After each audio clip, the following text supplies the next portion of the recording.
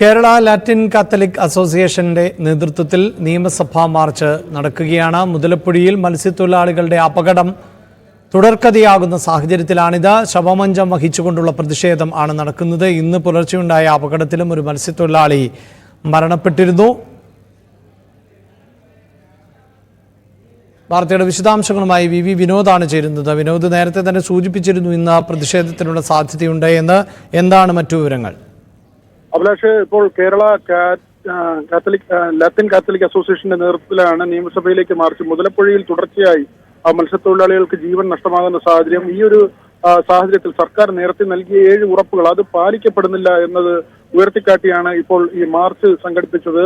പ്രതീകാത്മക ശവമഞ്ചവുമായി മത്സ്യത്തൊഴിലാളികൾ നിയമസഭയിലേക്ക് മാർച്ച് നടത്തുമ്പോൾ അത് തീർച്ചയായും നമ്മൾ കഴിഞ്ഞ ദിവസങ്ങളിലൊക്കെ അല്ലെങ്കിൽ ഈ തുടർച്ചയായ മരണങ്ങൾ നമ്മൾ ഉൾപ്പെടെയുള്ള മാധ്യമങ്ങൾ റിപ്പോർട്ട് ചെയ്തതാണ്. ഇത്രയധികം തീരദേശ ജില്ലകൾ ഉണ്ടെങ്കിൽ കൂടിയും മുതലപ്പുഴയിലാണ് ഈ മരണങ്ങൾ തുടരെ സംഭവിക്കുന്നത്. ഇന്നലെ രാത്രിയും ആദ്യമുണ്ടായ അപകടത്തിൽ ഒരു മത്സ്യത്തൊഴിലാളിക്ക് ജീവൻ നഷ്ടപ്പെട്ടു. 5 മണിയോടുകൂടി പുലർച്ചെ 5 മണിയോടുകൂടി രണ്ടാമതൊരു അപകടം കൂടി സംഭവിച്ചു. ആ വള്ളത്തിലുണ്ടായിരുന്ന മത്സ്യത്തൊഴിലാളി നീന്തി രക്ഷപ്പെട്ടു. പലപ്പോഴായി പല ഉറപ്പുകൾ വളരെ പെട്ടെന്ന് തന്നെ മുതലപ്പുഴയിലെ പ്രശ്നങ്ങൾ പരിഹരിക്കും, പുലിമുട്ട് നിർമ്മാണത്തിലെ അശാസ്ത്രീയത ഒഴിവാക്കും, താൽക്കാലികമായി ഇപ്പോൾ അവിടെ പുഴയിൽ അടിഞ്ഞുകൂടിയിട്ടുള്ള മണൽ നീക്കം ചെയ്യും, അതോടൊപ്പം തന്നെ ഈ പുലിമുട്ടിന്റെ ഭാഗമായി അവിടെ സ്ഥാപിച്ചിരുന്ന ടെട്രാപോഡുകൾ കടലിലേക്ക് തകർന്നു വീണിട്ടുണ്ട്. ഇതിൽ തട്ടി ബോട്ടുകൾ അപകടത്തിൽപ്പെടുന്നത് സ്ഥിരമായിട്ടുള്ള ഒരു കാഴ്ചയാണ്. മത്സ്യത്തൊഴിലാളികൾക്ക് ജീവൻ നഷ്ടമാകുന്നു. അതോടൊപ്പം തന്നെ ഇവരുടെ ജീവനോപാധി, അത് ലക്ഷക്കണക്കിന് രൂപ വില വരുന്ന ബോട്ടുകൾ തകർന്നു പോകുന്ന, ഈ കല്ലുകളിൽ ഇടിച്ച് തകർന്നു പോകുന്ന സാഹചര്യം.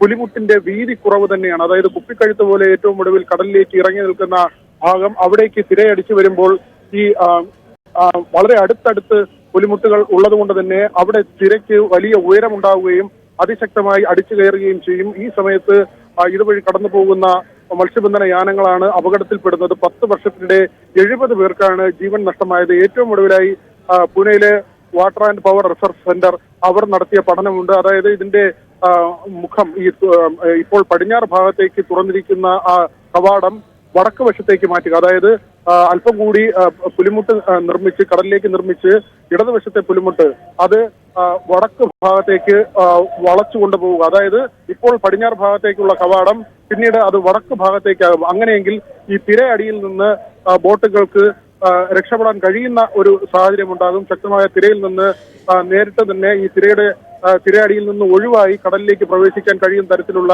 ഒരു രൂപരേഖ. പക്ഷെ അത് എപ്പോൾ നിർമ്മിക്കും, എപ്പോൾ തയ്യാറാക്കും, അതിന്റെ നിർമ്മാണ പ്രവൃത്തികൾ എപ്പോൾ ആരംഭിക്കും എന്നത് സംബന്ധിച്ച് ഒരു ഉറപ്പുമില്ല. നേരത്തെ ഫിഷറീസ് മന്ത്രി നിയമസഭയിൽ ഉറപ്പ് നൽകിയിരുന്നു അവിടുത്തെ പ്രശ്നങ്ങൾ പരിഹരിക്കുന്നതിനുള്ള നടപടികളെന്ന്. പക്ഷേ ഇഴഞ്ഞു നീങ്ങുകയാണ്.